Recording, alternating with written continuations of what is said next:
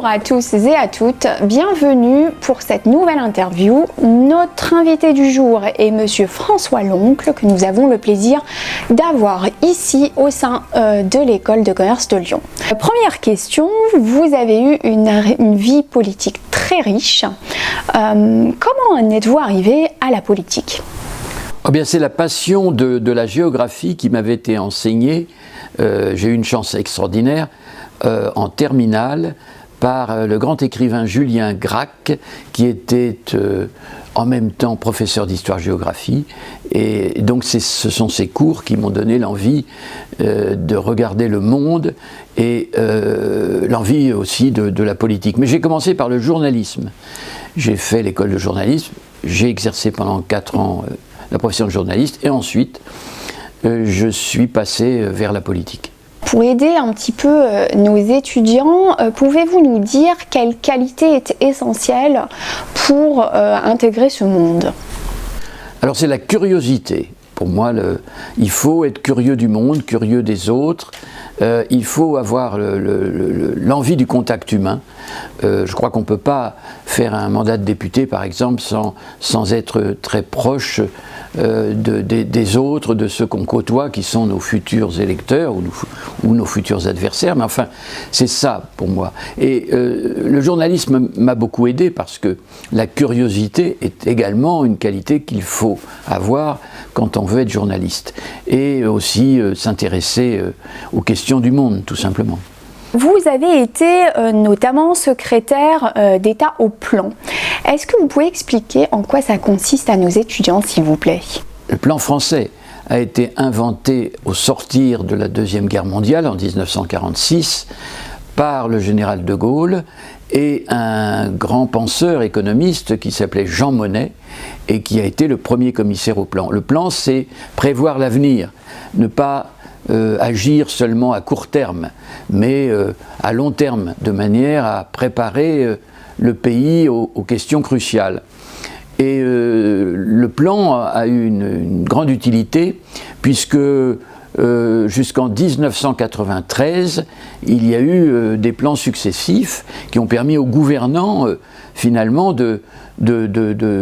d'agir en connaissance de cause, avec des expertises très fondées. Et puis il a été malheureusement supprimé en 1996 et fort heureusement, très récemment, le président Macron a décidé de rétablir un haut commissariat au plan dont il a confié la direction à François Bayrou. C'est la raison pour laquelle je suis là. Une question sur votre action pour l'Afrique, s'il vous plaît. Est-ce que vous pouvez nous en dire un peu plus ?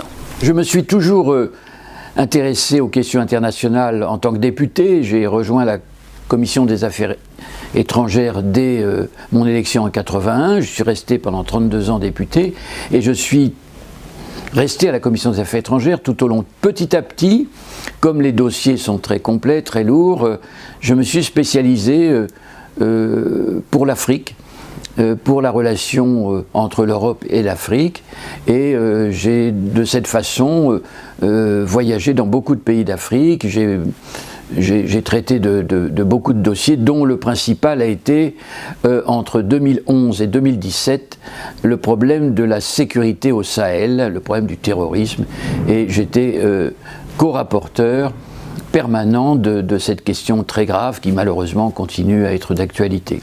Merci Monsieur Loncle. Juste une petite dernière question. Auriez-vous une petite anecdote à partager avec nos étudiants ? Des anecdotes avec une vie parlementaire de 32 ans, avec un ministère, la présidente de la commission des affaires étrangères, j'en ai 10 000. Je me souviens d'une chose, c'est que j'aime beaucoup les canulars, et j'aime beaucoup les canulars téléphoniques. Et quand j'étais ministre, j'ai hérité, par le hasard, je ne sais quel hasard, de la voiture d'une collègue qui était députée du logement. Mais j'avais cette voiture, mais à l'intérieur de la voiture, il y avait un téléphone. Et évidemment, on appelait souvent ma collègue propriétaire, ou plutôt qui occupait cette voiture.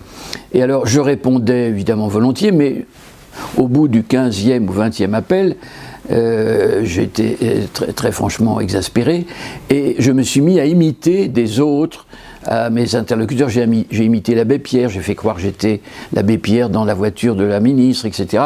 Toute une série d'imitations qui ont fait que ces conversations ont cédé.